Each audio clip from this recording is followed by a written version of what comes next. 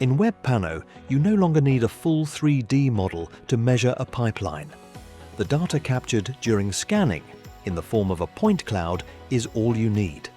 The Smart Pipe tool automatically detects the pipeline's geometry and draws a markup that matches it, without the need for CAD modeling software. The geometry can be captured from a point cloud, a mesh model, or a panoramic view. To make it easier to select the pipeline in question, it's worth first isolating the relevant section of the scene using the clip tool. This makes the view clearer and allows for more accurate point placement on the pipeline. In the Markups tab, select the pipe tool and follow the on-screen prompts. Depending on the pipeline's diameter, you can adjust the pipe detection radius. Next, indicate the start point, then the end point on the pipeline, and confirm the operation. In the Properties window, you can view information such as the diameter and length of the new markup that overlays the pipeline. As with other markups, various operations are possible here: resizing, copying, and, unique to this tool, extending and connecting. The Smart Pipe markup has a range of applications, such as pipe insulation prefabrication, when an insulation supplier needs to know the exact diameters and lengths of the sections before they even arrive on site.